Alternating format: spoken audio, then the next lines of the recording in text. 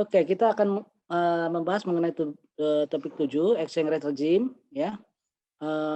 Saya sengaja memisahkan pembahasannya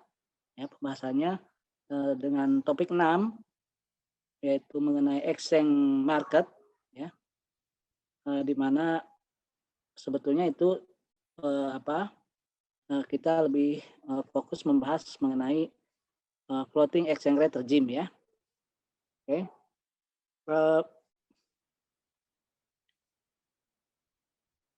Dalam kuliah ini saya minta Anda untuk mempelajari kembali ya yang ada di buku Menview mengenai floating exchange rate dan fixed exchange rate ya. Namun demikian fokus Anda adalah menghubungkan apa yang ada di buku tersebut dengan materi di kuliah ini ya, dengan materi di kuliah ini. Jadi caranya adalah memahami di buku dan memahami materi kuliah ini, kemudian Anda menghubungkannya dengan yang ada di buku ya. Oke. Saya menampilkannya agak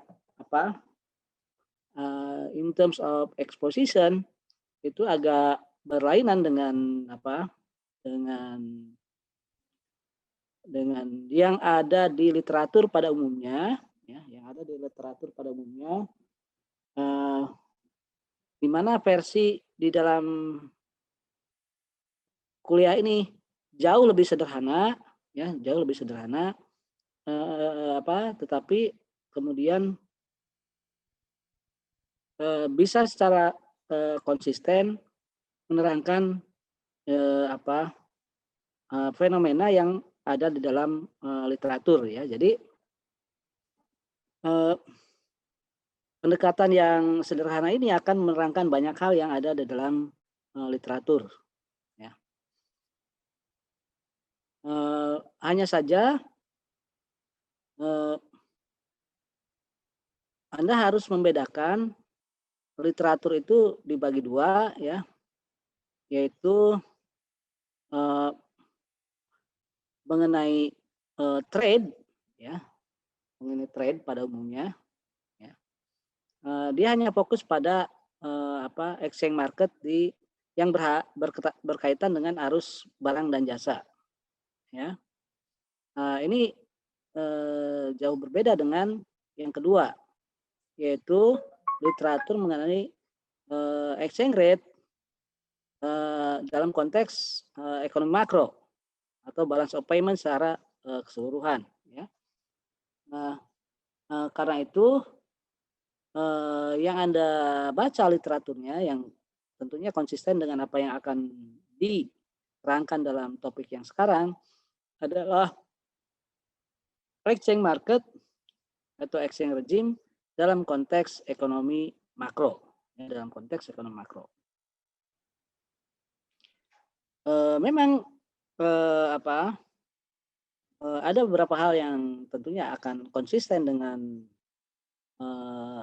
exchange market atau exchange rate di dalam literatur international trade ya, tetapi itu merupakan sebagian dari konteks ekonomi makro ya gitu. Oke, kita mulai pembahasannya ya, yaitu exchange rate regime, topik yang ketujuh. Nah, kita akan membahas apa yang disebut dengan exchange rate regime ya. Kemudian masing-masing kita akan bahas yaitu floating regime, fixed regime ya, dan manage floating atau crawling peg ya.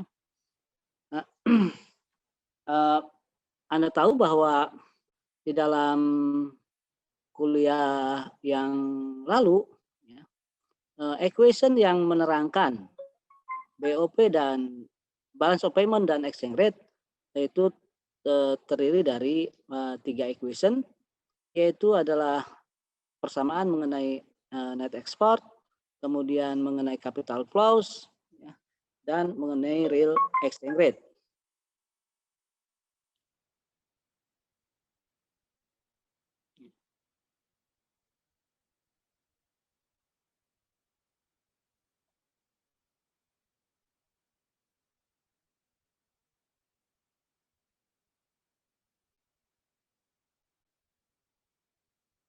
Sebentar ya.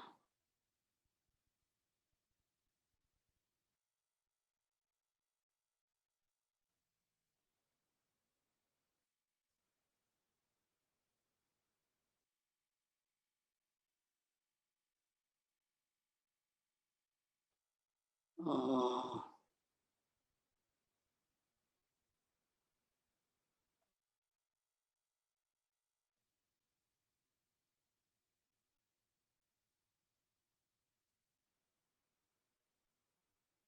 Ya. Nah, persamaan-persamaan ini kemudian kita linearkan dalam bentuk seperti ini. Plus ditambah satu yang dinamakan equilibrium condition, ya. Oke. Yang pertama adalah mengenai net exports, ya, yaitu yang merupakan fungsi dari ya, real exchange rate, ya. Tentunya real exchange rate ini menerangkan ekspor ya dan impor, ya. Jadi ini dengan koefisien eta epsilon, ya, eta epsilon. Nah, logiknya karena kita mendefinisikan real exchange rate, ya, real exchange rate itu sebagai nominal exchange rate dikalikan dengan international price dibagi dengan domestic price, ya, berarti kan dia mengalami apresiasi, ya, mengalami apresiasi kalau nilainya turun. Sekali lagi ya, dia mengalami apresiasi, real appreciation, ya, yaitu kalau nilainya turun, ya. Kalau nilainya naik berarti mengalami depresiasi, ya. Oke. Jadi semakin terdepresiasi artinya nilainya nilainya turun, ya. Semakin nilainya terdepresiasi, ya mestinya ekspor semakin bagus, ya, dan impor semakin menurun, ya. Artinya koefisien yang ada di eta ini, ya, koefisien yang ada di eta ini mestinya negatif, ya. Eta nilainya mestinya negatif, ya. Oke. Yang berikutnya yang kedua, ya, yaitu adalah domestic income, ya, domestic income atau domestic output, ya, domestic output dengan nilai koefisien sebesar eta y, ya, sebesar eta y. Nah, tentunya sebentar.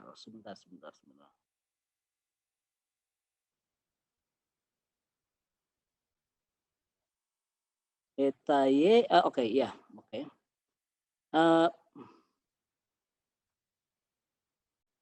Eta y ini nilainya mestinya negatif, ya, negatif karena semakin tinggi, oke ya, semakin tinggi income domestik, ya, semakin tinggi income domestik, maka semakin tinggi impor. Ya, Anda tahu impor sign-nya kan dalam net export adalah negatif, ya. Sehingga kemudian nilai, ya, nilai dari eta ini, eta y, ya, mestinya adalah negatif. Sebaliknya adalah eta atau koefisien yang melekat pada foreign income, ya, itu mestinya tandanya positif, karena semakin tinggi foreign income semakin baik ekspor, dan dengan demikian semakin tinggi net ekspor, ya. Oke.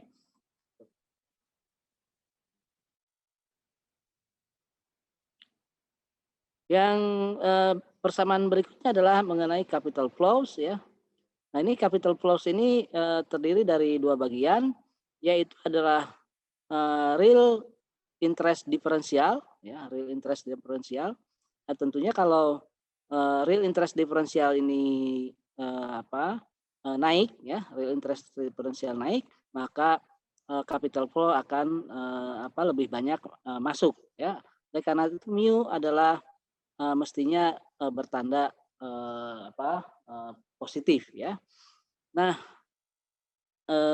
ada satu lagi terminologi yang saya perkenalkan, yaitu mu bar, ya, mu bar atau exogenous mu, ya. Nah, ini bisa Anda interpretasikan sebagai risk factor country risk, ya, country risk. Tentunya nanti Anda interpretasikan sedikit agak berbeda, ya, yaitu, ya, kalau country risk meningkat, ya, kalau country risk meningkat, maka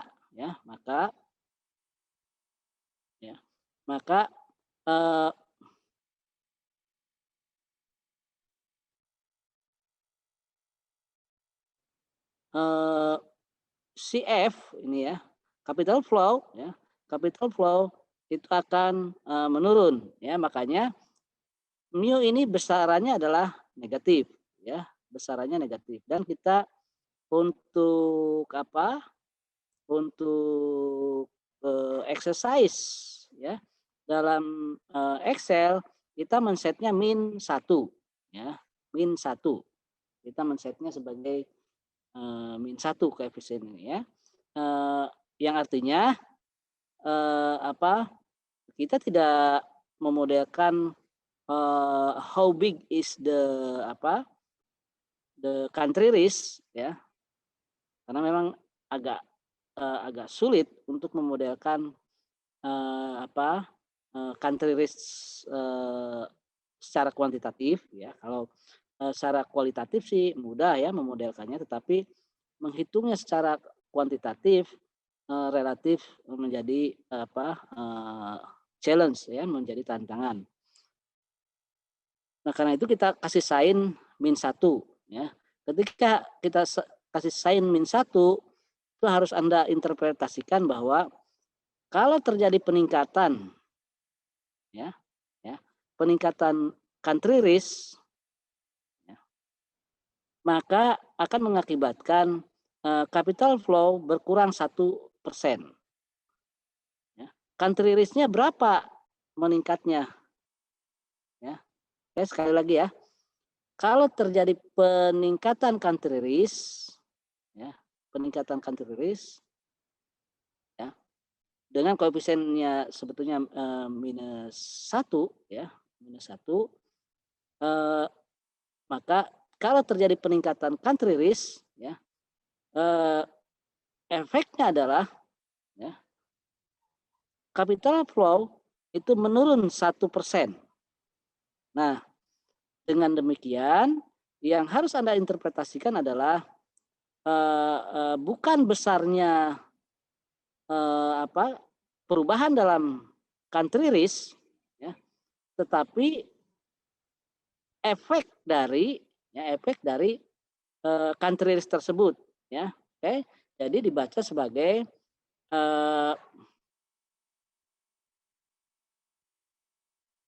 whatever percentage of change in country risk, ya, berapapun jumlah persentase, ya, berapapun jumlah persentase dari country risk yang mengakibatkan 1%, ya, yang mengakibatkan 1% capital inflow berkurang. Kira-kira begitu ya. Jadi kita menghubungkannya dengan cara yang sedikit agak smart begitu ya. Kita tidak mengukur berapa country risk-nya, tetapi the implied effect of country risk-nya ya, gitu yang kita modelkan di sini ya. Kemudian yang ketiga kita ini merupakan definition ya atau straightforward formula, yaitu mengenai real exchange rate. Ya, real exchange rate didefinisikan sebagai epsilon ya, sama dengan nominal exchange rate ditambah dengan price international price dikurangi domestic price ya, dikurangi domestic price. Nah, ini semua tentu dalam bentuk log ya. Kalau dalam bentuk level, ini persamaan yang di atas ya. Jadi di sini kalau dalam bentuk level tentunya rumusnya seperti ini, yaitu real exchange rate merupakan nominal exchange rate dikalikan dengan international price dibagi domestic price ya. Tetapi dalam bentuk log tentunya adalah dalam bentuk pertambahan. Nah, berikutnya yang keempat adalah equilibrium condition ya. Equilibrium condition tentunya adalah BOP ya, BOP balance of payment sama dengan net export ditambah dengan capital flows. Nah, konvensinya adalah yang harus Anda ingat ya. Konvensinya adalah uang masuk ya, foreign exchange masuk gitu ya. Foreign exchange masuk itu didefinisikan sebagai positif. Sekali lagi ya, foreign exchange masuk itu didefinisikan sebagai hal yang positif. Jadi net export dia kalau surplus ya, net export kalau dia surplus artinya ekspor lebih besar dari impor ya, itu dikasih tanda positif ya, karena berarti ada uang masuk ya. Nah, berarti ada trade surplus ya, trade surplus terjadi ya, trade surplus terjadi, maka net ekspor ini dikasih tanda positif. Nah, mengenai capital flows ya, kalau dia positif berarti ada inflow. Ya, inflow yang terjadi. Kalau outflow ya, dia negatif. Sekali lagi ya, outflow negatif, inflow positif. Ya. Nah, karena ini dalam bentuk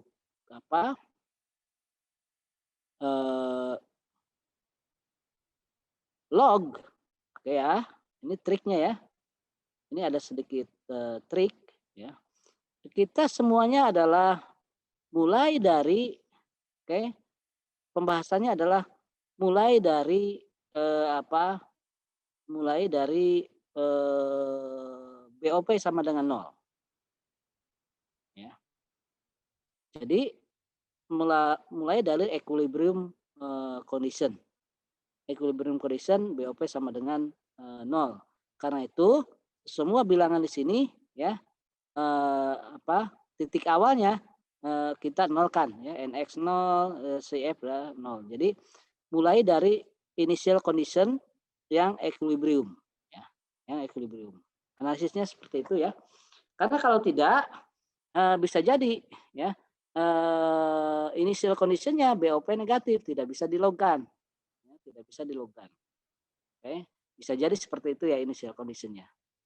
Jadi selalu kita analisisnya adalah mulai dari BOP sama dengan 0 ya.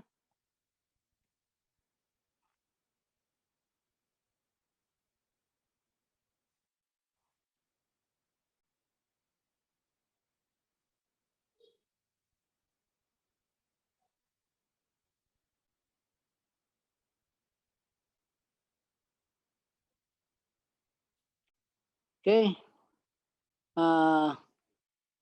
kita mulai dengan modeling of exchange rate regime-nya ya. Ini ada 4 kan, yaitu exchange rate regime itu yaitu floating regime, 3 ya, floating regime, dan kemudian fixed regime ya. Ini floating dan fixed regime. Kemudian tambah satu lagi nanti adalah crawling peg. Ya. Oke. Apa yang dimaksud dengan floating regime? Floating regime adalah di mana nilai dari exchange ya, dari foreign exchange itu dilepas atau ditentukan oleh kekuatan pasar, oleh supply and demand.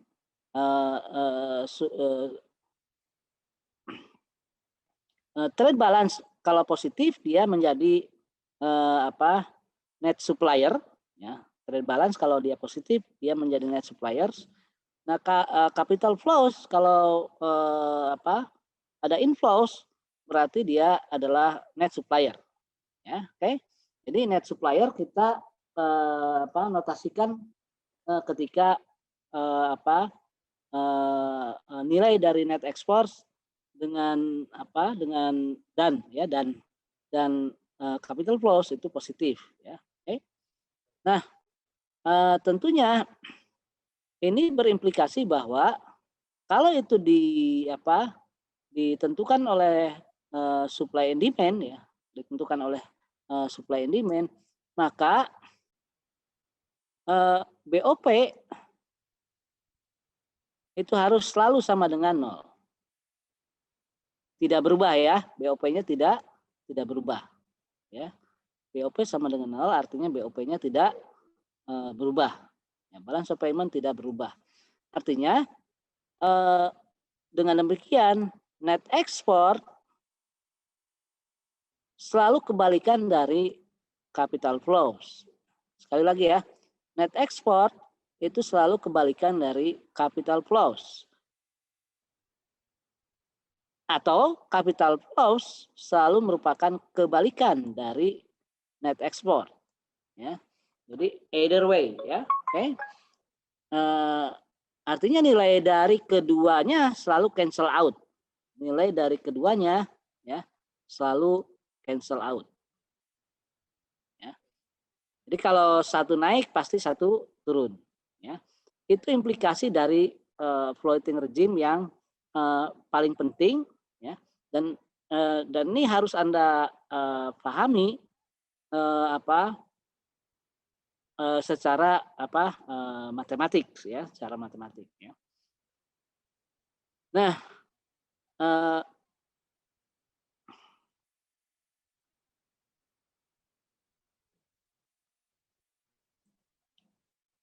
jadi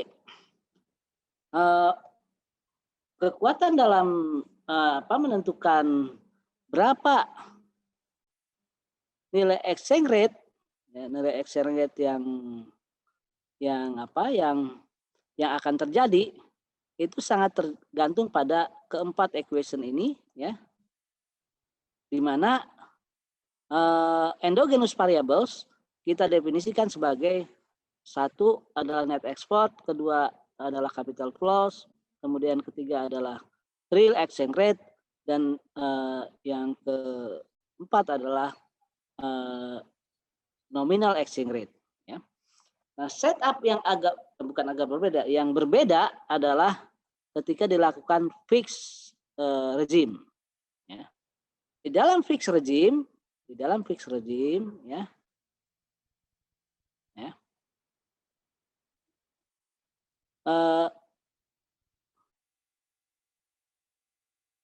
Kita mengasumsikan bahwa exchange rate nominal exchange rate itu ditetapkan oleh pemerintah ya. Nominal exchange rate itu ditetapkan oleh pemerintah jadi dia exogenous ya. Makanya saya kasih tanda di sini bar ya. Ditetapkan oleh pemerintah ya. Sehingga dia tidak selalu menjamin terjadinya market clearing. Ya, market clearing. Jadi marketnya tidak selalu berimbang. Nah, ketika ada oversupply, ya, berarti BOP-nya sedang positif ya. Ya, berarti BOP-nya sedang positif. Berbeda dengan di floating regime, ya. Floating regime, ya, floating regime, BOP harus selalu sama dengan 0. Nah, kalau di sini ya, balance of payment positif berarti ya, berarti salah satu dari net export dan atau apa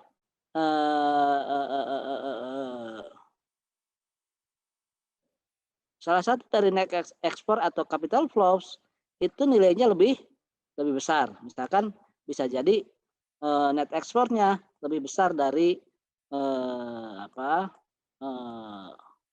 capital outflows ya. Ya, lebih besar dari capital outflow. Atau capital inflow ya, capital inflows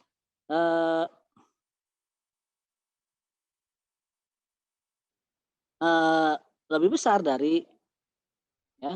dari net ekspor. Itu bisa jadi seperti itu. Atau kedua-duanya memiliki nilai yang positif ya, baik itu net export maupun capital flows. Jadi BOP memiliki nilai positif ya, BOP memiliki nilai positif kalau ya salah satu dari capital flow dan net export itu nilainya lebih besar ya, lebih besar dari yang lainnya ya.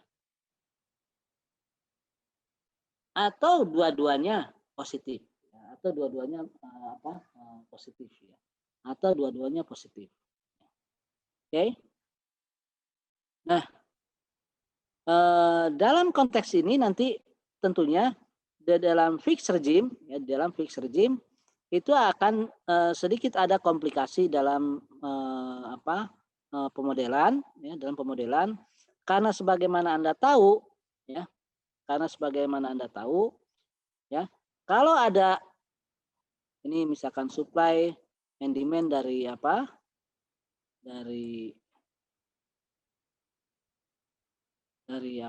exchange marketnya ya, ini supply, ini demand ya kan, di sini exchange rate-nya ya,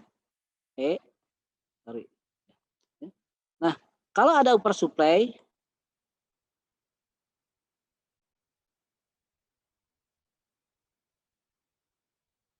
ya, kalau ada oversupply seperti ini, sebagian kan harus diserap oleh ya, oleh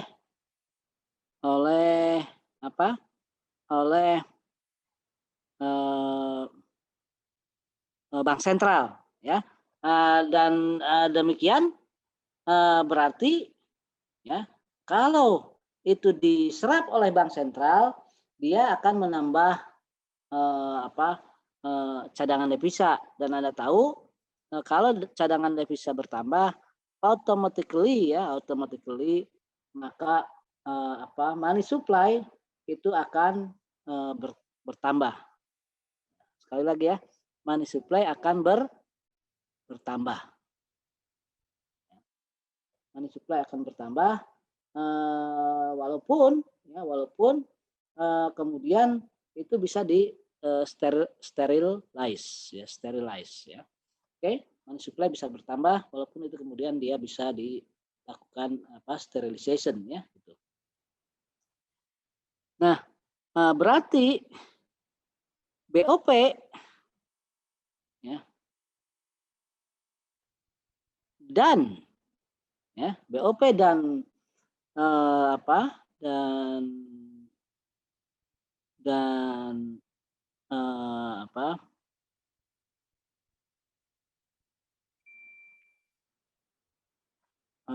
BOP dan money supply, ya, itu memiliki keterkaitan.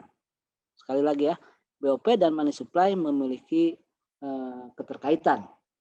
Nah, karena itu ya, BOP ya kita masukkan sebagai endogenus. Ya, kita masukkan sebagai endogenus. Ya, jadi kalau kita shock BOP-nya positif, ya, sorry, bukan seperti itu ya. Endogenus berarti dia ditentukan oleh kebijakan moneter, ya, oleh kebijakan moneter, ya. Jadi untuk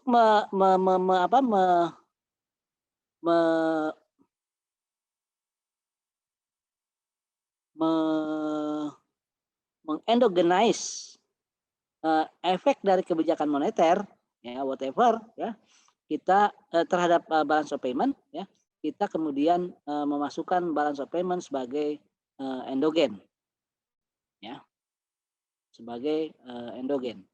Nah, implikasinya adalah ya, karena balance of payment itu endogenus, maka ya ini sangat tergantung pada stance dari kebijakan moneternya, ya.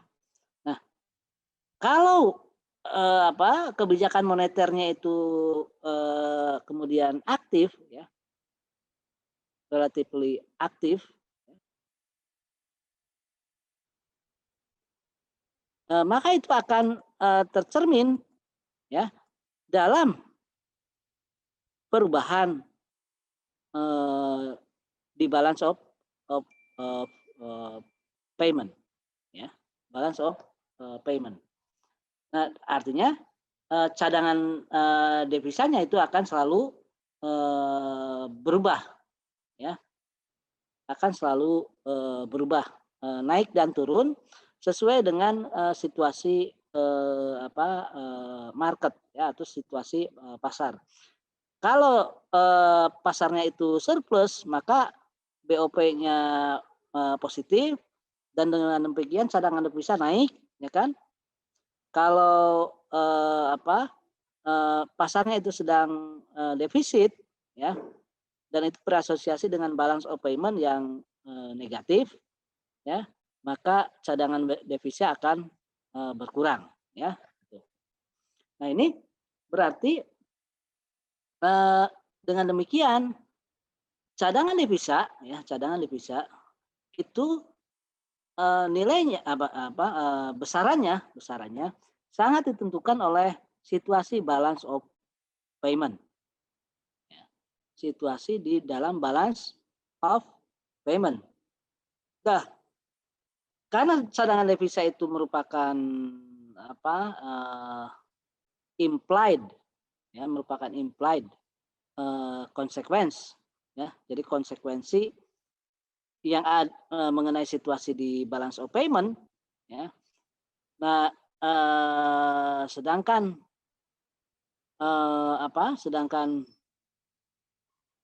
kebijakan moneter, ya, itu kan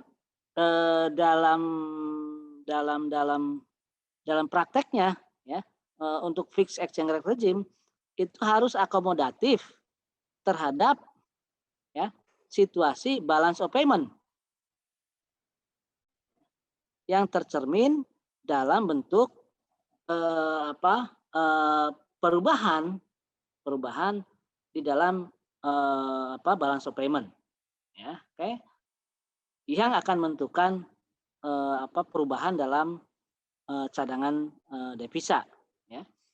Karena itu disebut aktif, kebijakan moneternya itu disebut aktif ketika dia mengakomodasi perubahan dalam balance of payment, ya.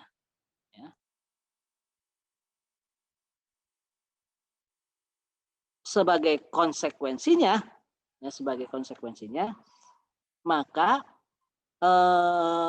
dia tidak memiliki luxury untuk menentukan, sekali lagi ya, untuk menentukan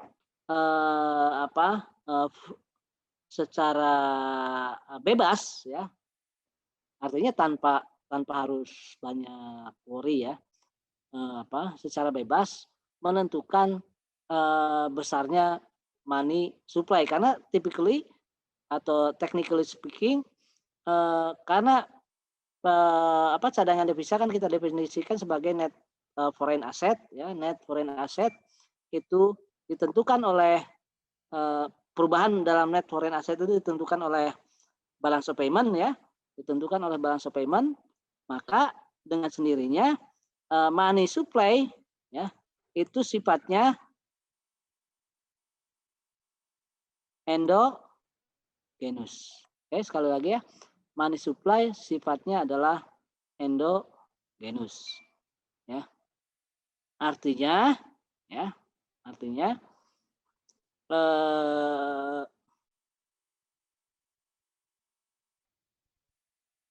kebijakan moneter itu karena dia difokuskan untuk mengendalikan atau melakukan stabilisasi di dalam exchange market ya, maka dia kehilangan kendali terhadap money supply. Oke, sekali lagi ya,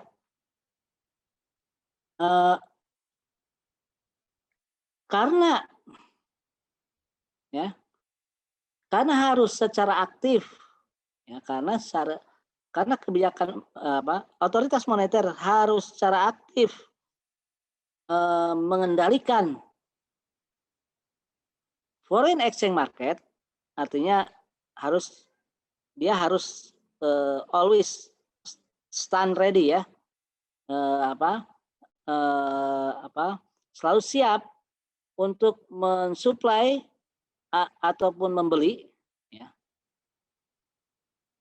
dari ekses yang ada atau shortage yang ada di dalam exchange market ya, maka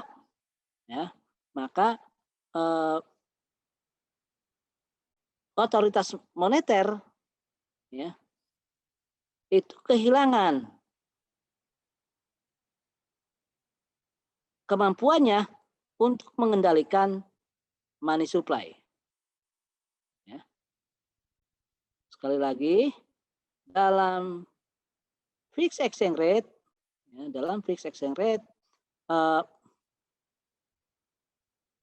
karena money supply harus selalu siap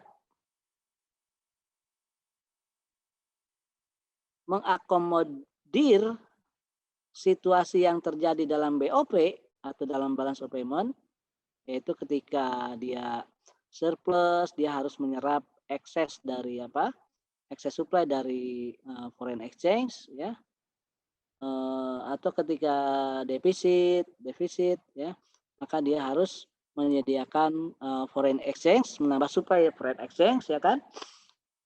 Makanya balance of payment ya itu tidak selalu dalam situasi market clearing ya, balance of payment tidak selalu dalam situasi market clearing ya. Balance of payment bisa positif, bisa negatif, dan karena balance of payment itu bisa positif, bisa negatif, atau bisa sama dengan nol ya kan, maka net foreign asset atau cadangan devisa itu selalu berubah sesuai dengan perubahan yang terjadi dalam balance of payment ya. Nah, karena net foreign asset atau cadangan devisa itu selalu berubah ya, maka money supply juga menjadi endogenous, dalam arti otoritas moneter kehilangan kemampuan untuk menentukan money supply, karena money supply ditentukan oleh situasi yang terjadi dalam exchange market ya. Itulah konsekuensi terpenting dari fixed regime ya, dari fixed regime. Oke. Nah, sebelum saya menerangkan mengenai crawling peg, saya hanya ingin mengingatkan bahwa floating regime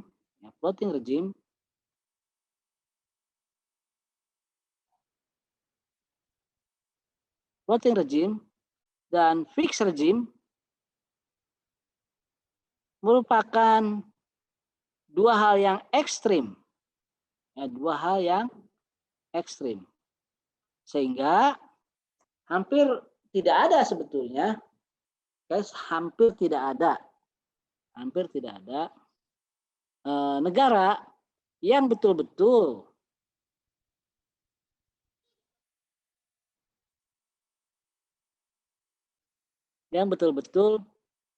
menganut floating regime maupun fixed regime ya. Nah, yang terjadi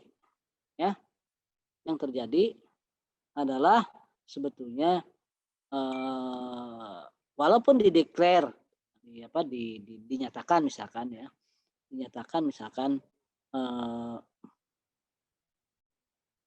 sebuah negara itu menganut rezim nilai tukar yang mengambang, tetapi pada kenyataannya mereka menganut apa yang disebut crawling peg atau manage floating ya.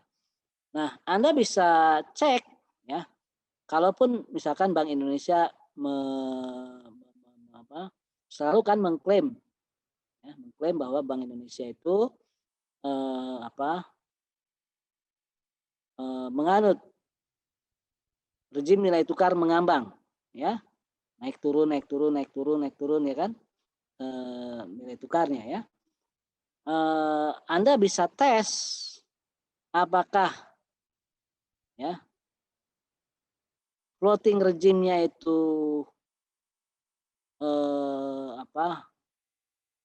dilaksanakan secara konsisten murni atau tidak ya. Kalau balance of payment selalu sama dengan 0. Jadi lihat aja data dalam balance of payment ya. Kalau balance of payment-nya itu kadang-kadang positif, kadang-kadang negatif ya kan, berarti dia tidak menganut floating regime. Sekali lagi ya, cek equilibrium condition di mana BOP sama dengan 0 ya. Kalau balance of payment-nya itu selalu sama dengan 0, maka memang betul negara atau otoritas tersebut mengadopsi fully floating regime. Otherwise ya, sebetulnya mereka melakukan apa yang disebut crawling peg atau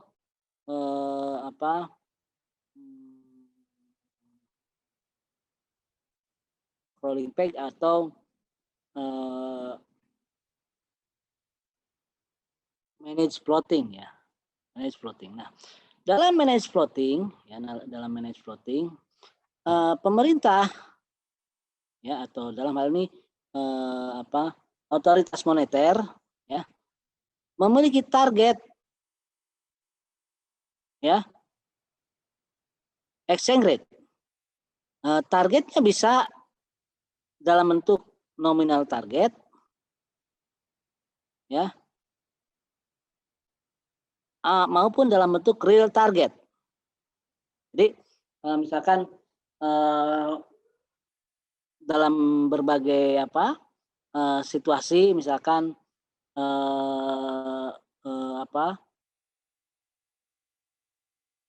otoritas moneter ya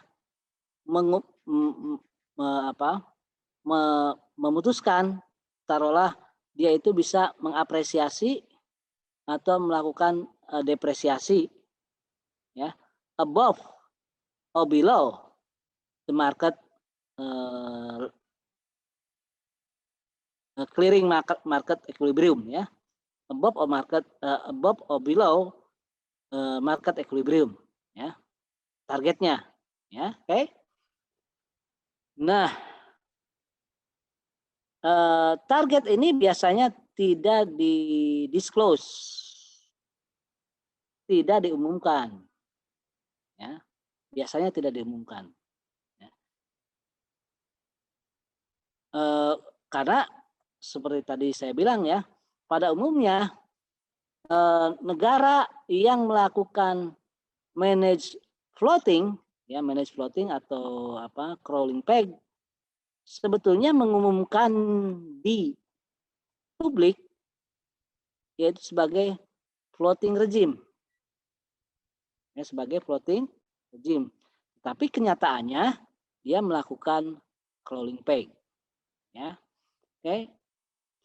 Jadi karena itu targetnya tidak pernah diumumkan, baik itu target nominal maupun target real, ya, targetnya dalam bentuk real maupun nominal, ya, oke.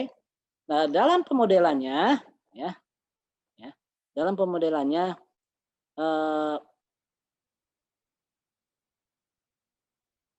ini mirip atau sebetulnya sama, ya, khususnya yang nominal target itu sama dengan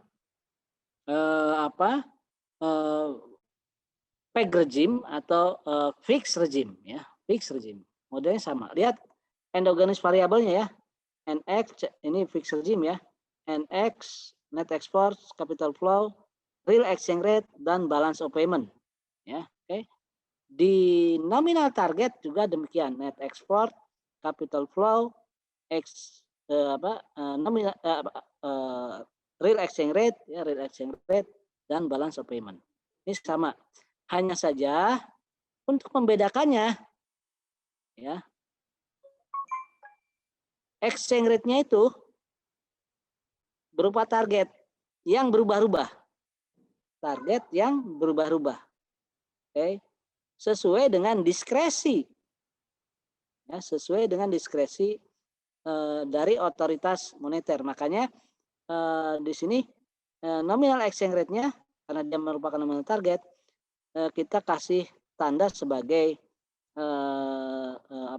E tilde, ya, E tilde. Tilde ini ya berubah, ya, tapi berubahnya secara exogenous. Oke, berubahnya secara exogenous. Oke. Kalau dia itu dalam bentuk target real, ya, target real, ya, maka yang diset, ya, yang diset oleh otoritas moneter adalah real exchange rate, ya, real exchange rate. Kita kasih simbol sebagai epsilon tilde, epsilon tilde, ya. Karena itu kalau di nominal target epsilon atau real exchange rate ini sebagai endogenous, di dalam, ya, di dalam model di dalam model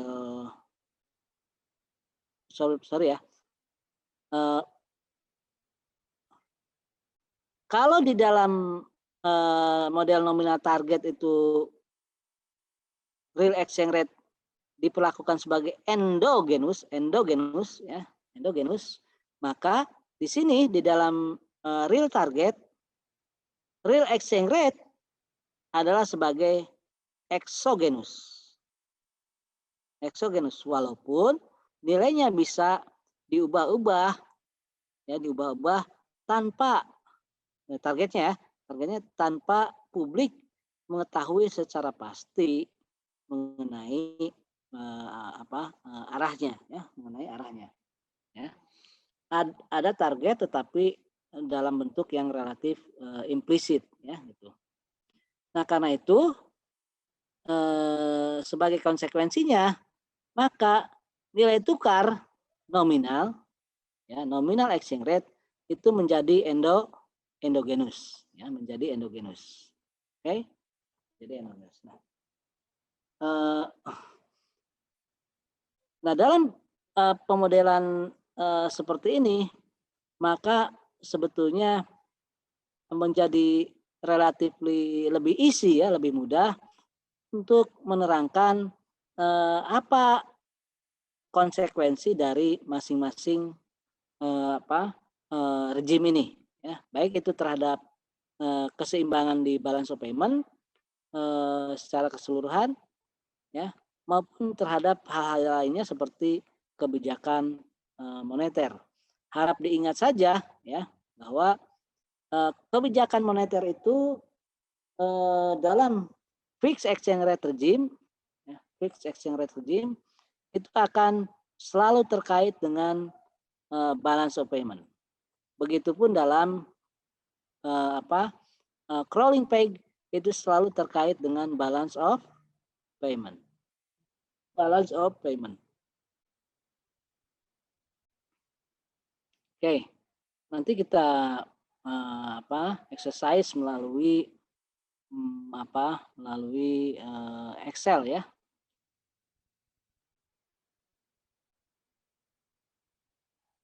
Oke.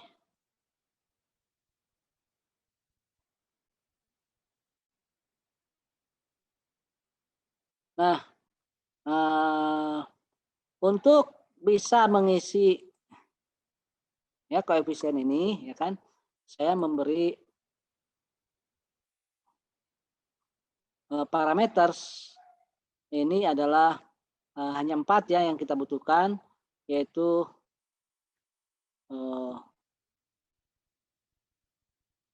eta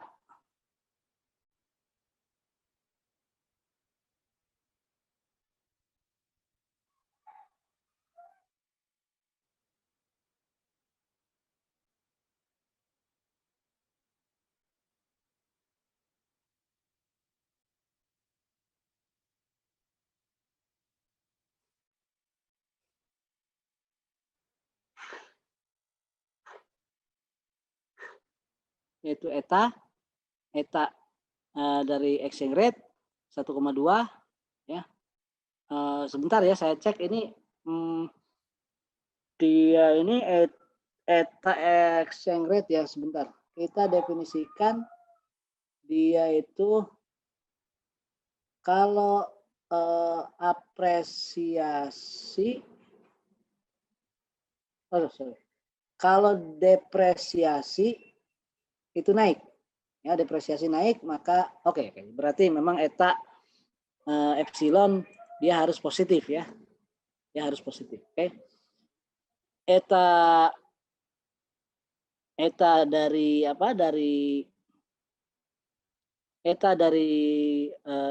domestic income ini jelas negatif 0,8 ya, kemudian eta dari international income itu harus positif ya, karena semakin besar dia akan ya kalau dia positif berarti kenaikan dari international income itu akan meningkatkan demand for export. Mu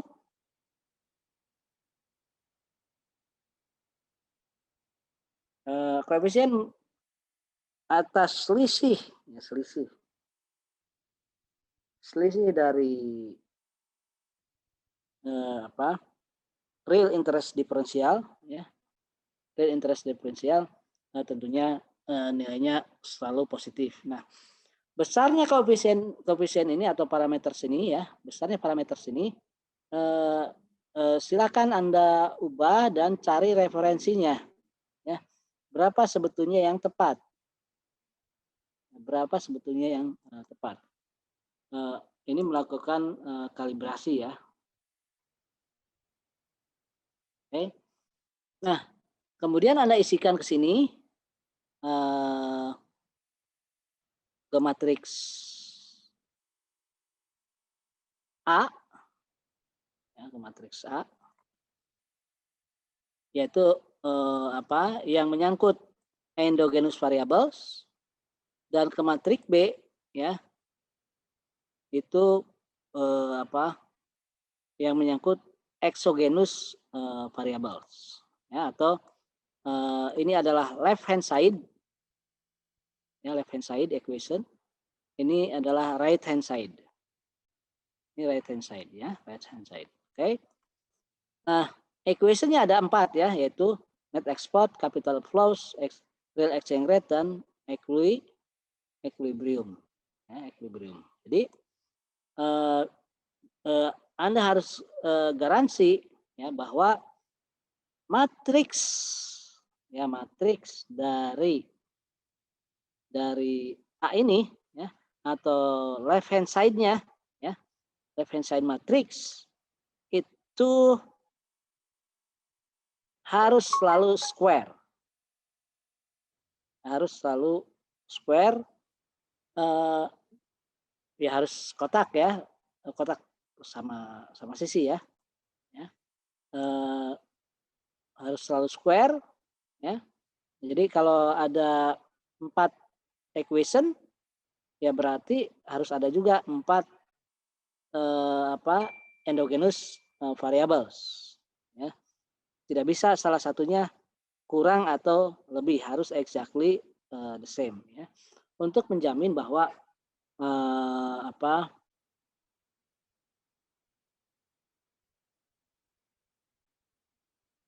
system of equation ini just identified, ya, just identified. Oke. Nah, cara memasukkannya tentunya lihat di sini, ya, di mana setelah net export equation, ya, net export equation. Ya, kita lihat di ini adalah untuk floating, ya, untuk floating, ya. Net export equation apa sih net export equation, ya kan? Di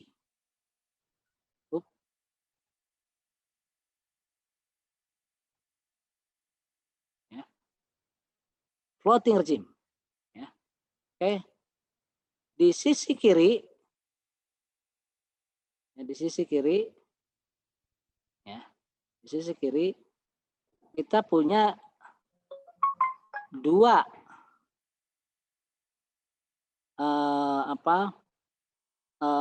endogenous variabel, koefisien yang menyangkut 2 endogenous variabel, ya, yaitu NX, net export, ya, itu nilai koefisiennya sama dengan 1. Ya. Kemudian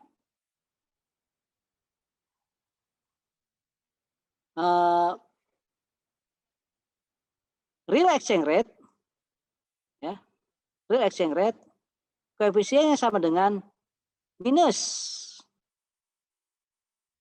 eta epsilon, minus eta epsilon. Oke. Itu di sisi kiri, ya, atau di matriks A. Matriks A equation 1, ya. Matriks A ini equation 1 mengenai net export, ya. Net export. Oke, mengenai net export. Nah, berarti tadi saya bilang, ya, koefisien di net export ini variabelnya, variabel net export, ya kan? Itu memiliki nilai atau koefisien sama dengan 1. Ya. Kemudian variabel real exchange rate di equation pertama, ya, itu memiliki koefisien sebesar minus dari eta epsilon. Minus dari eta epsilon. Ya, minus dari eta epsilon. Yaitu minus 1,2. Oke. Bagaimana dengan matriks B? Matriks B, ya, matriks B ini oke, berarti equation pertama yaitu mengenai net export equation pertama net export ya. Di right hand side ini yang ini ya.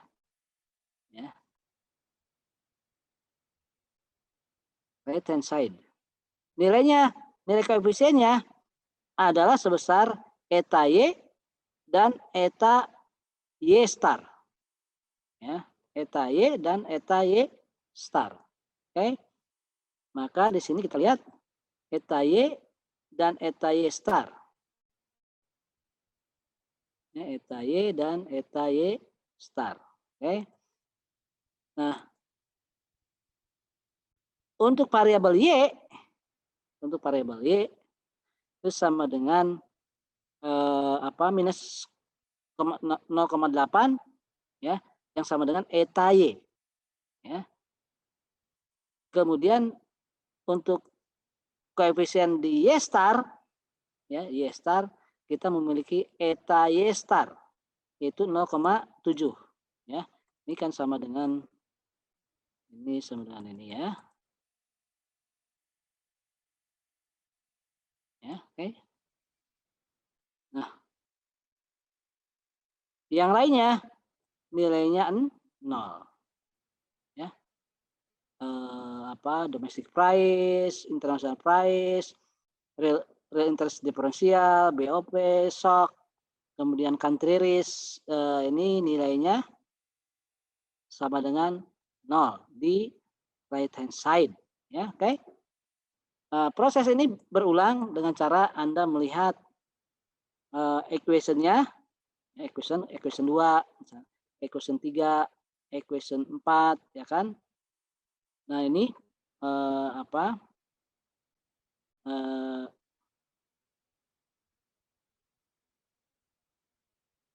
lihat di sini ya, kemudian dimasukkan. Nah, ini kemudian kita memiliki matriks multiplier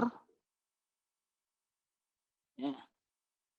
Matriks multiplier yaitu inverse dari A dikalikan B. Ini sudah berulang-ulang kita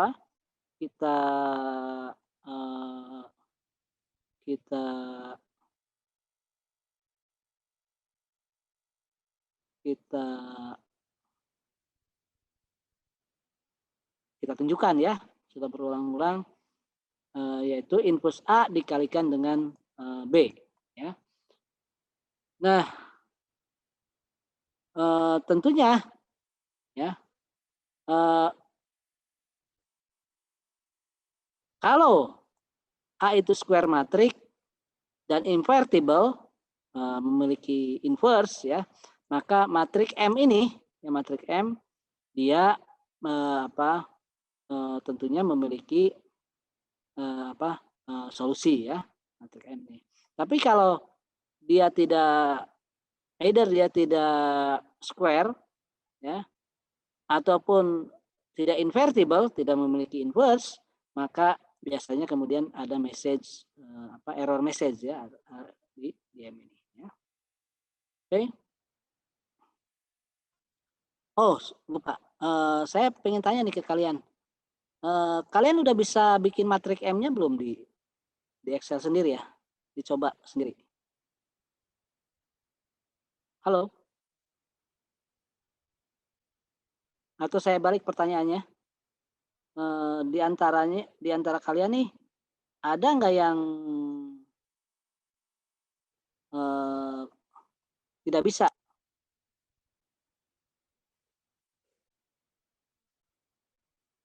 Membuat pengolahan matriks ini? Belum paham? Halo? Ada yang belum paham nggak?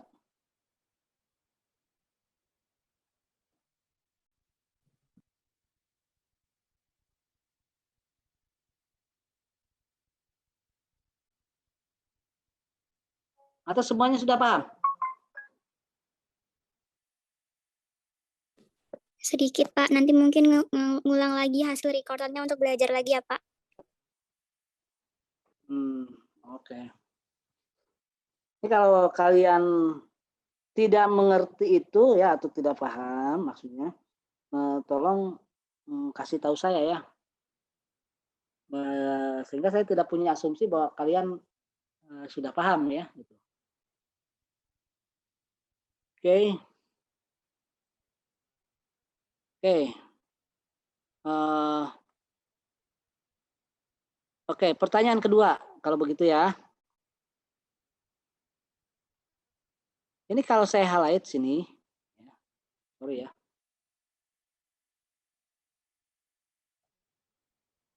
Ini matriksnya matrik apa ya? Coba ada yang belum mengerti nih. Yang ini nih. Matriks ini.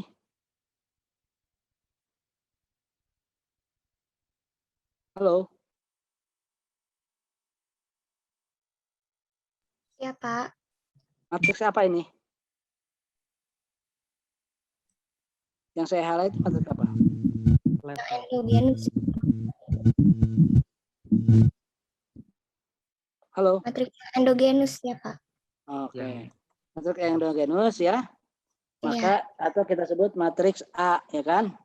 Iya. Nah, yang ingin saya tanyakan sekarang lanjutan dari situ, kalian sudah paham nggak cara melakukan penamaan sel? Ya, penamaan sel. Saya matriks M-nya itu Pak yang agak masih bingung. Maksudnya waktu pas di run di laptop saya waktu pas Saya tanya dulu ini ya, jangan saya tanya dulu kalian jawab ya. Oke, Pak. Kalian sudah pernah melakukan penamaan sel nggak? Sudah, Pak. Sudah, Pak. Sudah paham semuanya ya? Insya Allah sudah. Ya, Oke, Pak. jadi highlight ini, kemudian define name ya, paham ya? Iya, Pak, seperti itu. Oke ya, ini di define name-nya ya, oke? Sehingga nanti semuanya menjadi mudah ya, oke? Nah, mengenai ini ya, kalau dilihat kan ada tuh rumusnya ya, ya nggak? Ya, Pak.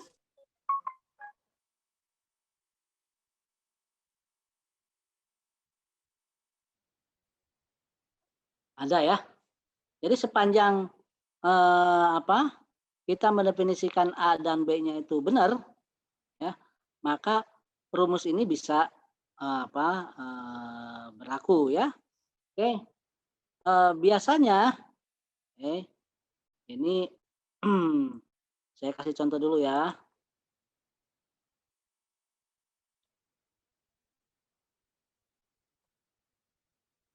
Cara bikinnya ya, oke. In case kalian selalu error ya. Special value aja ya di sini ya. Values, oke. Saya kasih tanda gini ya, oke. Ini kan angka begini ya, oke. Jadi, oke. Ini kan tadi rumusnya gimana? Sama dengan, ya kan? Saya tulis ya, mod berarti perkalian dari inverse A minverse ya.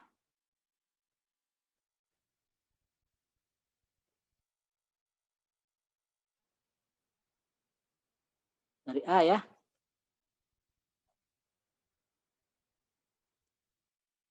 Ya. Di sini kalau nggak salah koma. Ya, koma. Tapi mungkin di mana di komputer kalian bisa titik koma ya atau semikolon. Kalau di komputer saya itu koma. Ya. Kali B ya. Inverse A kali B. Ya kan?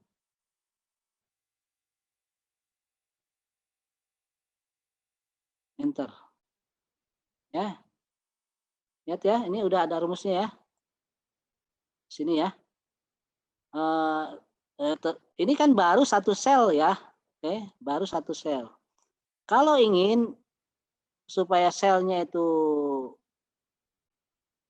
banyak kayak gini ya, tinggal di highlight aja seluruh sel yang akan kita jadikan sebagai output dari perkalian tersebut ya, oke, highlight. Kalau di komputer saya ini press function F2, press ya, function F2. Di komputer kalian mungkin cuma F2 saja. F2. Nanti rumus kayak gini muncul ya. Ya kalau nggak dipijit F2-nya, ini nggak akan muncul kayak gini. Ya. Sekali lagi ya. Kalau dipijit F2 atau function F2, maka rumus tadi yang saya ketik itu akan muncul.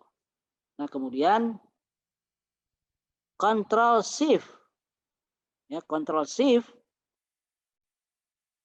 Enter. Nah, berubah ya semuanya ya, yang saya highlight. Kalau kelebihan, ya misalkan lebih satu baris nih ya, saya highlightnya lebih satu baris ya. Ya. Tuh. Nah, kalau dia kelebihan, maka ya Control Shift Enter lagi, akan ada message not available. Artinya ya Anda kelebihan dalam meng-highlight ya. Tapi jangan khawatir, kalaupun kelebihan dia akan memberikan message not available. Ya, oke, paham ya? Paham, Pak. Oke. Jadi sekarang bisa bikin sendiri, ya bisa bikin sendiri, oke? Nah, sekarang kita tinggal, nah kalau sudah bisa bikin sendiri ya, nanti coba cocokkan, karena kebetulan ini kan modelnya hanya 4 equation ya, kemarin kan banyak ya. Coba, dan saya ngasih contoh 4 regime ya. 1 floating regime, 2 fixed regime, ya kan. 3 adalah nominal target, crawling peg dengan nominal target, dan keempat adalah crawling peg dengan real target. Ya gitu loh. Jadi ada 4 sheet. Saya memberikan contoh di sini untuk floating regime ya. Kemudian ini adalah untuk peg regime ya kan. Ini adalah nominal crawling ya, nominal crawling ya. Selanjutnya yang sini adalah real crawling. Tinggal Anda pelajari ya, different setup ya, perbedaan setupnya ya, yaitu ya sebetulnya Anda cukup membedakan mana yang endogenus, mana yang exogenus. Sekali lagi ya, mana yang endogenus, mana yang exogenus, itu aja ya. Jadi endogenus di matriks A ya, exogenus di matriks B. Nah, saya urutannya bisa saya ubah-ubah, urutan equation ya. Urutan equationnya bisa berubah-ubah, atau urutan dari ini juga bisa saya ubah-ubah. Tapi mengubah itu kan dia tidak mengubah koefisien ya. Ya dalam arti matriksnya dia berubah posisi. Ya, dalam arti matriksnya dia berubah posisi, tetapi dalam konteks right hand side dan left hand side ya kan, sebetulnya posisinya dimanapun selama konsisten dengan definisi bahwa left hand side itu adalah endogenus, right hand side adalah exogenus, ya kan? Itu tidak masalah Anda mengurutkan variabel atau mengurutkan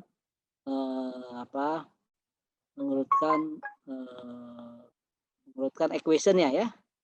Mengurutkan equation-nya sepanjang Anda konsisten di right hand dan left hand side, ya kan?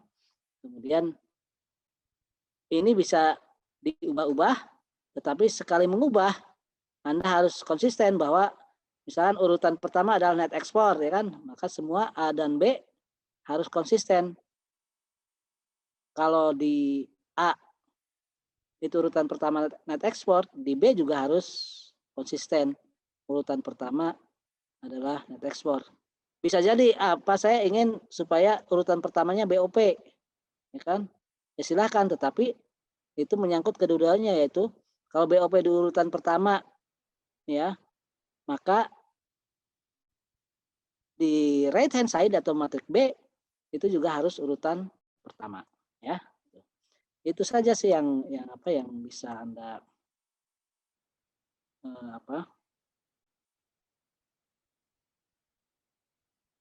Oke. Coba kita lihat ya. What is the implication dari ini floating regime ya? Let's say kalau terjadi kenaikan domestic income sebanyak 1%, ya kan? Nah, ya, oke.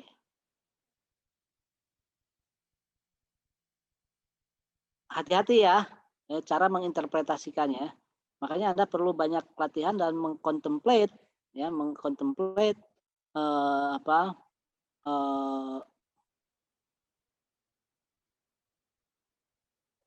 efek dari exogenous variables ya. Oke. Kalau income ya domestik itu naik, ya, income domestik naik, ya, apa yang terjadi? Ya, harus selalu diingat bahwa dalam floating exchange rate, sekali lagi ya, dalam floating exchange rate, ya, equilibrium condition, sekali lagi, equilibrium condition itu berarti BOP-nya sama dengan 0. BOP sama dengan 0. Ya. BOP sama dengan 0 itu akan terjadi ya perubahan BOP sama dengan 0 atau tidak ada perubahan, ya kan? Akan terjadi oleh dua condition. Ya. Atau berhubungan dengan dua condition. Satu adalah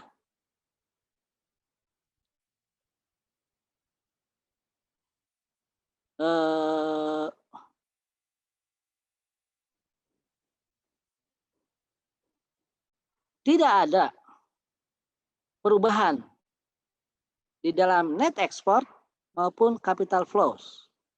Perubahannya 0 ya. Oke. Perubahannya selalu 0. Atau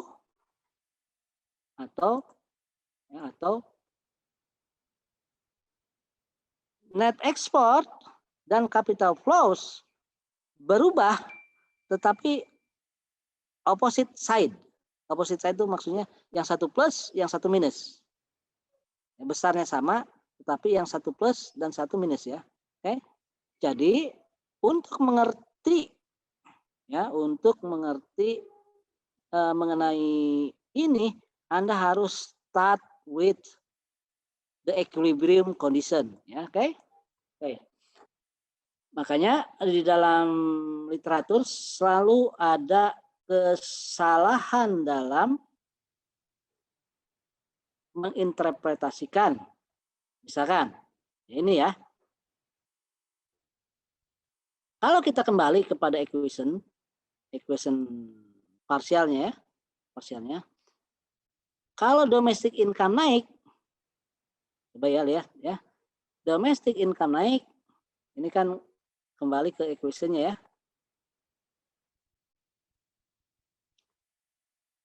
Kalau domestic income naik, ya, Kalau domestic income naik, coba ya.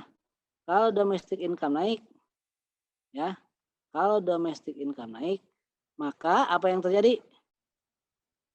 Net export naik katanya. Oke. Net export naik katanya. Ya enggak? Oke. Net export pasti naik katanya, ya kan? Tetapi in fact, ya, Anda harus mengerti bahwa ya, net export bukan satu-satunya ya yang berada di left hand side, atau net export itu bukan satu-satunya endogenous variable. Ya enggak? Ada yaitu faktor sini ya. Real exchange rate, nominal exchange rate, ya kan? Oke. Jadi tidak mesti bahwa kenaikan domestic income itu sepenuhnya terrefleksi dalam perubahan net ekspor, atau bisa jadi tidak terrefleksi dalam net ekspor. Paham ya? Efek dari ini, dari apa? Domestic income itu belum tentu terrefleksi dalam bentuk perubahan dalam net ekspor. Bisa dalam ini atau dalam ini, ya. Oke? Oke, kita lihat ya. Tuh. Oke. Domestik. Domestik, efek dari domestic income ya, itu akan berpengaruh terhadap exchange rate saja. Exchange rate saja ya. Dia tidak berpengaruh terhadap net export maupun capital flows. Artinya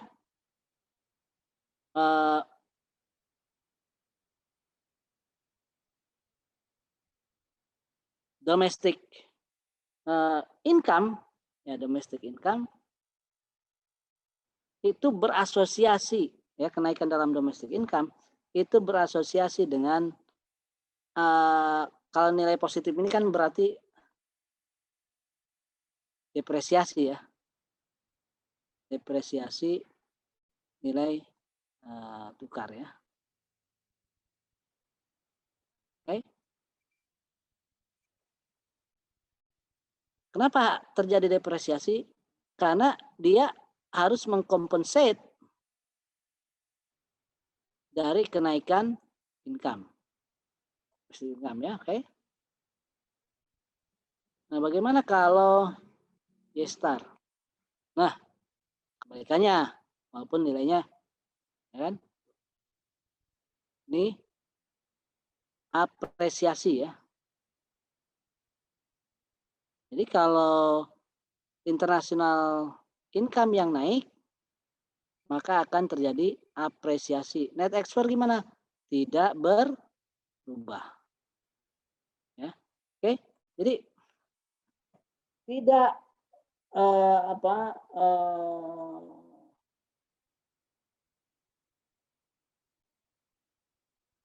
menafsirkan, kan begini ya. Selalu orang bilang bahwa kalau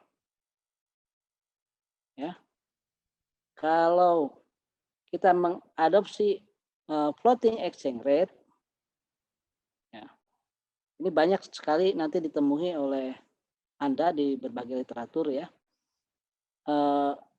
Terjadinya kenaikan international income atau taruhlah situasi yang lebih favorable dalam global economy ya kan, itu kan akan memperbaiki posisi, cenderung akan memperbaiki posisi net export atau trade balance dari Indonesia ya kan, Nah, That is not correct. Ya, tidak benar. Ya. Itu tidak akan pernah terjadi kalau kita betul-betul mengadopsi apa yang disebut dengan fully floating exchange rate. Ya. Dalam fully floating exchange rate, kenaikan dalam international income atau global income, perbaikan dalam situasi perekonomian global, ya kan? Itu tidak akan meningkatkan net export. Karena apa? Karena semuanya terkompensate oleh apresiasi, baik itu exchange rate maupun nominal maupun real, ya, nominal maupun real exchange rate. Okay. Jadi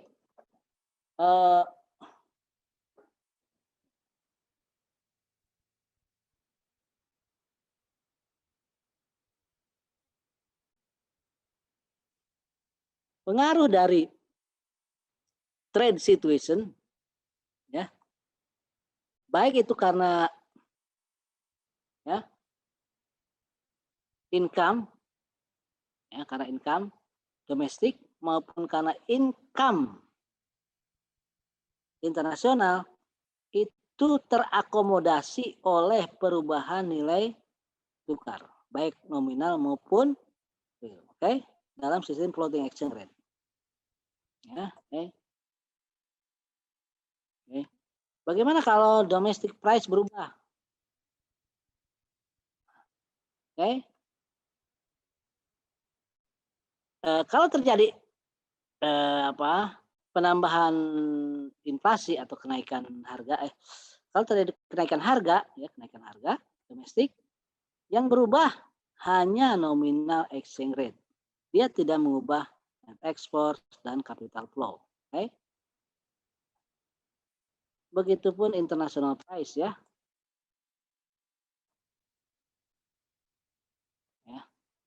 International price, dia hanya mengubah nominal exchange rate. Jadi artinya, ya, selama dia itu lebih menyangkut variabel-variabel yang terkait dengan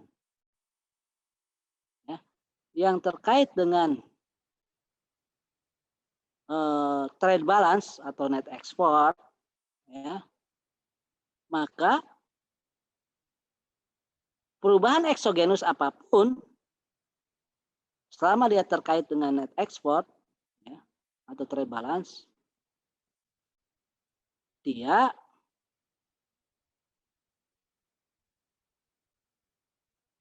akan terakomodasi dalam perubahan exchange rate baik real maupun nominal. Tetapi sejatinya tidak mengubah net export maupun capital flows. Karena apa? Karena kalau dalam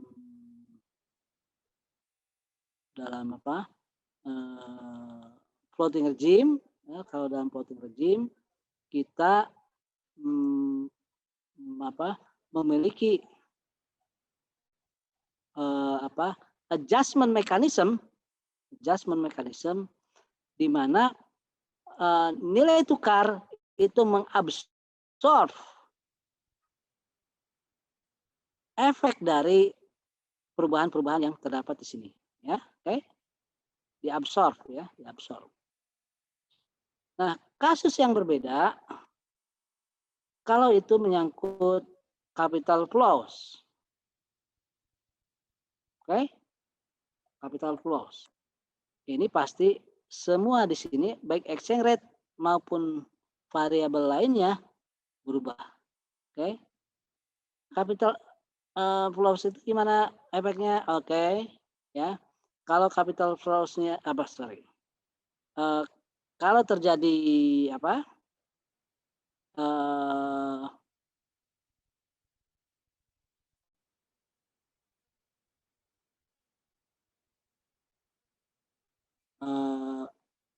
kenaikan dalam real interest diferensial, ya, kalau terjadi kenaikan dalam real interest diferensial, maka capital inflow akan naik ya, tergantung koefisiennya.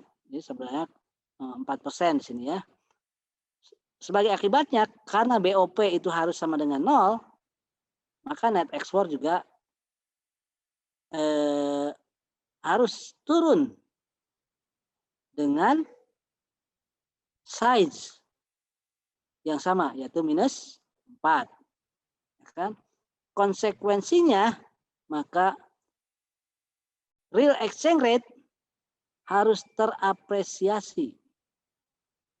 Ya, real exchange rate harus terapresiasi sebesar 3,3%. Minus kan berarti apresiasi ya. Oke. Jadi everything that can affect capital flows, ya, everything that can affect capital flows, it is likely to affect other variables in exchange market. Ya, oke. Contohnya adalah country risk. Ya. Tuh, country risk kita naikkan, ya kan semua. Nah, bagaimana kalau country risk-nya naik, ya kan? Maka pertama terjadi capital outflows. Capital outflows itu kan berarti dia minus, ya kan? Minus BOP-nya. Ya. Capital outflows, maka sebagai konsekuensinya net export harus naik. Oke, harus naik. Kalau memang betul-betul kita mengadopsi floating exchange rate regime. Bagaimana ternyata ini tidak terjadi sesuai dengan ini? Ya berarti bukan floating exchange rate regime. Ya, tidak. Kalau hasilnya tidak sesuai dengan ini, berarti dia tidak mengadopsi floating exchange rate regime. Makanya kalau ingin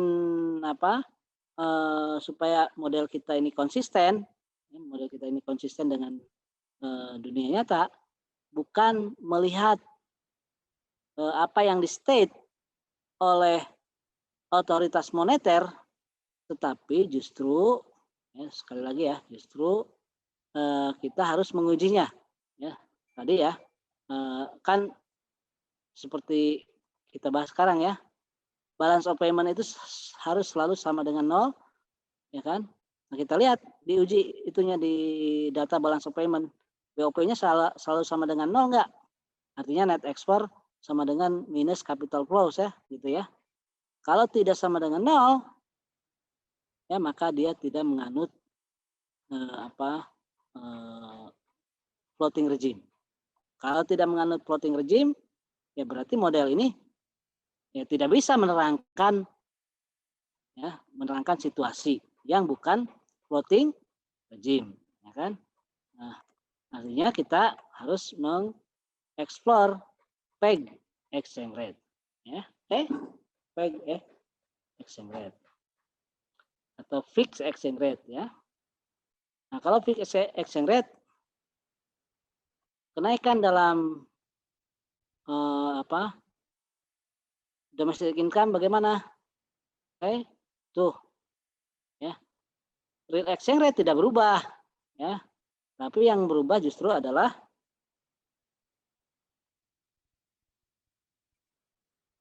net ekspornya ya. Bagaimana kalau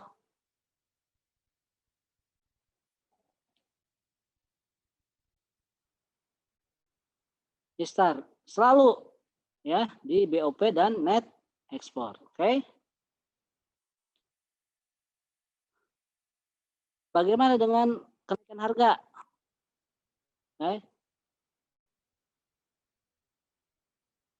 Selalu di BOP net ekspor plus real exchange rate, ya kan? Anda telusuri ya equation-nya ya, oke? Nah, kalau dia menyangkut nominal, bukan nominal ya. menyangkut capital flows, maka efeknya hanya terjadi di capital flows ya, dan BOP. Oke. Jadi untuk equation, untuk variabel, exogenous variabel yang mempengaruhi capital flows, dia hanya memiliki efek terhadap capital flows. Ya. Dan tentunya efek terhadap balance of payment. Ya. Nah, untuk variabel exogenous variabel yang memiliki efek terhadap trade, net export, ya, maka dia efeknya hanya terhadap trade atau net export dan kemungkinan real exchange rate, ya kan? Kemungkinan real exchange rate. Tapi at least dia berpengaruh terhadap net export, ya, oke? Dan tidak ada hubungan dengan capital flows, ya. Artinya apa? Artinya dalam kasus peg exchange rate regime, ya, pengaruh exogenous variable itu terinsulate, ya, being insulated in the context of whether it has an effect on capital flows or net export. Jadi balance of payment itu terinsulasi menjadi net export dan capital flows, di mana di antara keduanya itu tidak memiliki interaksi, ya, berbeda dengan floating. Di sini selalu terjadi interaksi, paham ya? Selalu terjadi interaksi, ya. Kalau di sini tidak terjadi interaksi. Contoh ini ya, Y berpengaruh terhadap net export kan, tuh berpengaruh terhadap net export, tapi tidak bisa ini ya, oke. Sebaliknya, ya, real interest differential dia berpengaruh terhadap capital flows, ya, tuh, ya, hanya berpengaruh terhadap capital flows, tetapi tidak berpengaruh kepada exchange rate. What is being the reason for that? Karena apa? Karena semuanya terakomodasi dalam perubahan balance of payment. Kenapa perubahan balance of payment itu selalu terjadi?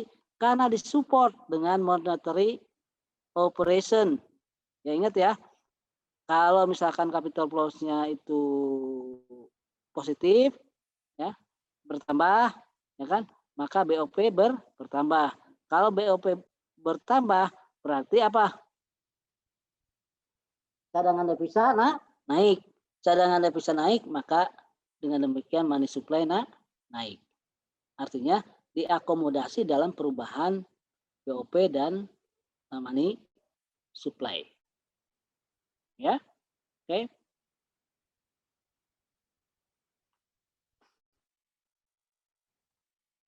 Country risk itu berpengaruh terhadap apa sih? Hanya terhadap capital flows, ya. Dia nggak ada hubungannya dengan ekspor impor, ya, oke. Oke. Sekarang mengenai nominal crawling, ya.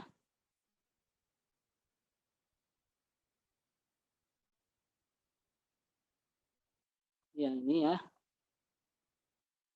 Nominal target atau untuk crawling peg. Ya, crawling peg. Ini ada nominal target, ada real target, ya. Saya tidak akan menerangkan semuanya, tetapi coba Anda lihat apa yang menjadi endogenous. Sini, ya. Di sini juga apa yang menjadi endogenous, ya. Anda lihat cara menyusunnya, ya, oke. Nah, cara pemodelan basicnya, ya, basicnya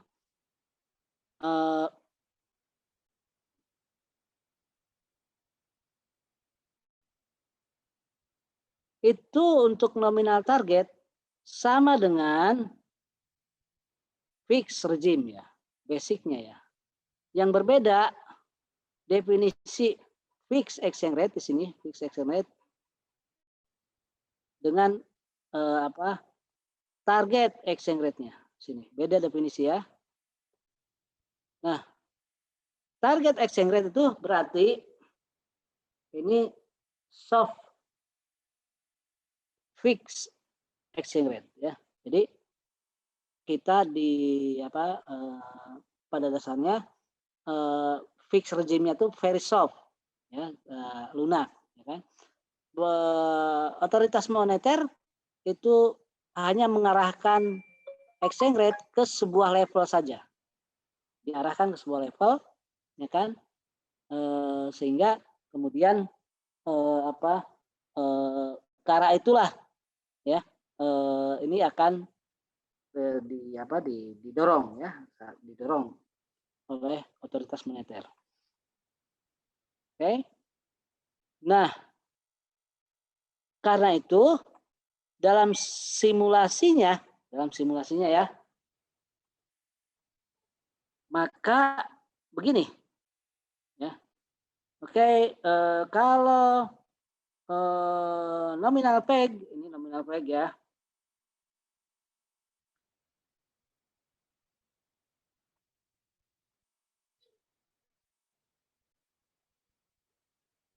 Kalau nominal peg kita arahkan untuk terapresiasi ya, terapresiasi secara eksogenus ya, terapresiasi 1%.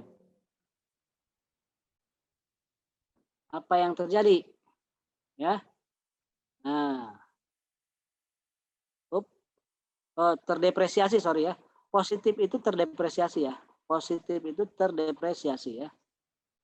Maka real exchange rate akan naik terdepresiasi 1%, ya kan?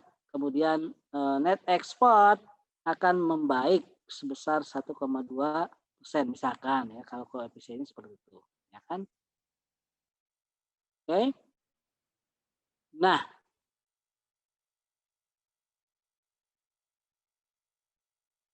berarti ketika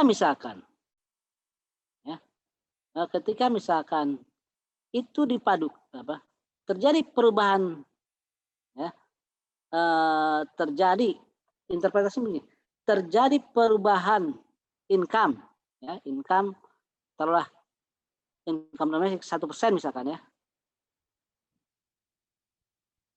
kemudian ya 1%, itu net di sini itu adalah dalam konteks bahwa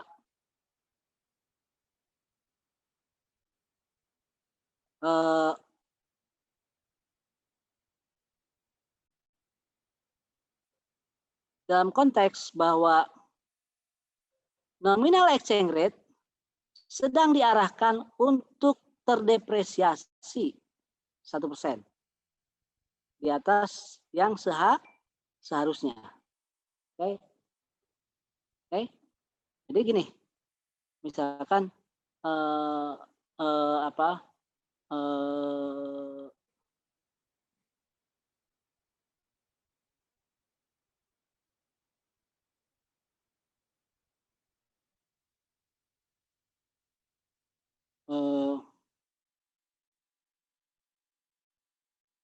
kalau dalam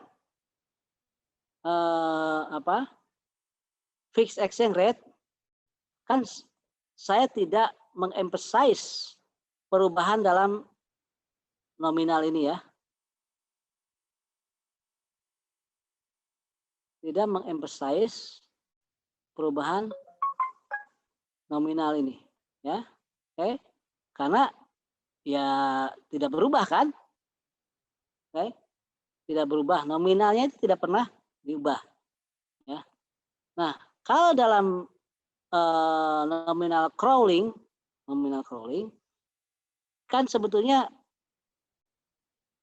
nominalnya itu diubah-ubah, diarahkan ya oleh otoritas moneter ya. Makanya given bahwa interpretasinya begini, given bahwa ya nominal exchange rate itu diarahkan untuk terdepresiasi sebesar 1%, maka efek kenaikan dari output domestik sebesar 1%, ya, itu adalah dalam bentuk 1, ya, net export naik sebesar 0,4%. Efek yang berikutnya, karena net export naik, maka balance of payment naik. Ya.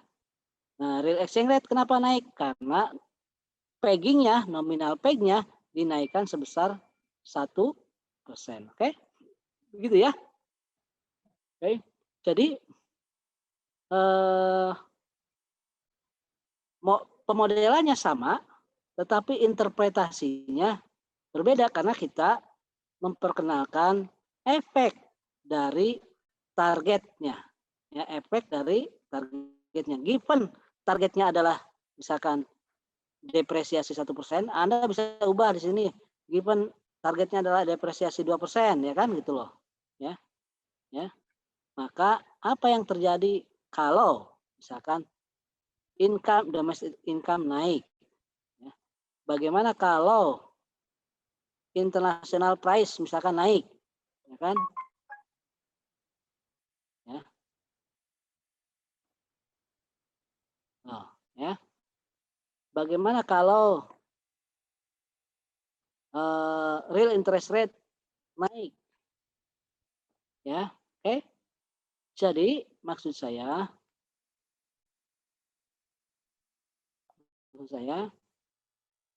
given bahwa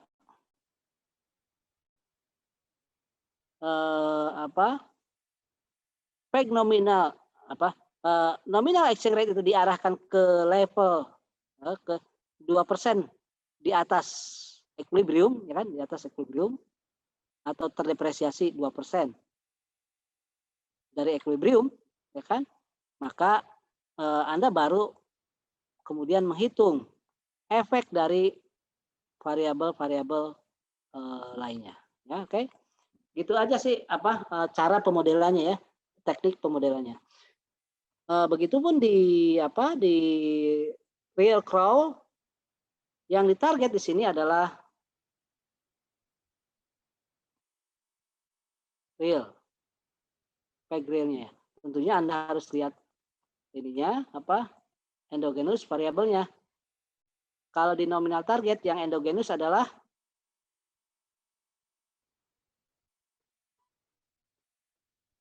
real exchange rate ya. Kalau sini yang endogenous adalah nominal target. Oke, paham ya? Oke, begitu ya. Terima kasih.